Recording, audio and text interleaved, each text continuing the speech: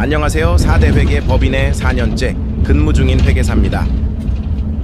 오늘은 회계사이지만 왜 돈 걱정이 계속되는지 이야기해보려고요.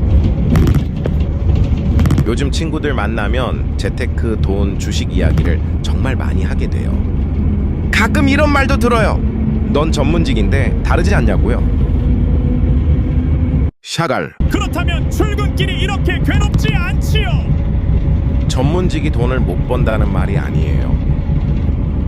다만 돈이 모이는 속도가 생각보다 느리더라고요.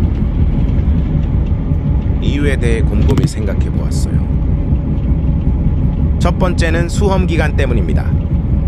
전문직은 돈을 벌기 시작하는 시점 자체가 늦어요. 준비 기간이 길수록 출발선이 뒤로 밀려요. 최소 3년, 4년, 길게 보면 10년 가까이 차이가 나기도 해요. 그래서 연봉만 보면 높아 보여도 자산 형성은 늦게 시작하는 구조예요. 같은 속도로 달려도 출발이 늦으면 따라잡는데 시간이 걸리거든요. 두 번째는 노동소득 구조예요. 전문직은 대부분 직접 움직여야 돈이 생기는 형태예요. 자본소득은 자산이 일하지만 노동소득은 내가 시간을 써야 발생해요. 그래서 연봉만 보면 높아 보여도 자산 형성은 늦게 시작하는 구조예요. 그러니까 돈이 모이는 속도가 결국 시간에 묶여 있어요. 그래서 일정 수준 이상의 자산을 만들기까지 시간이 오래 걸릴 수밖에 없어요. 여기서 체감이 더 커지는 게 과도한 업무량이에요.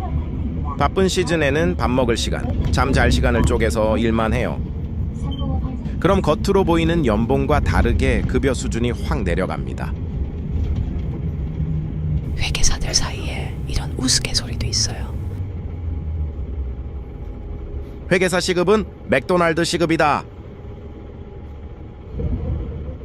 농담이냐고요? 시즌 뛰는 엇소는 진짜예요. 급여가 낮다는 뜻이 아니라 업무량을 고려하면 그렇다는 의미예요. 문제는 여기서 끝이 아니에요. 회계사는 투입할 수 있는 노동시간을 거의 전부 일에 사용하게 되는 구조예요. 그래서 연봉이 높아 보여도 돈을 빠르게 모을 가능성은 낮아집니다. 정리하면 전문직은 돈은 벌지만 출발선과 시간이 묶여 있는 경우가 많아요.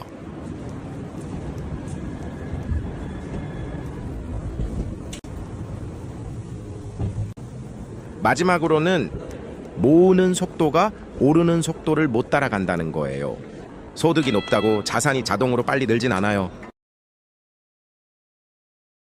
급여는 제자리인데 집값 생활비는 너무 빨리 올라요. 월급은 계단, 집값은 엘리베이터랄까?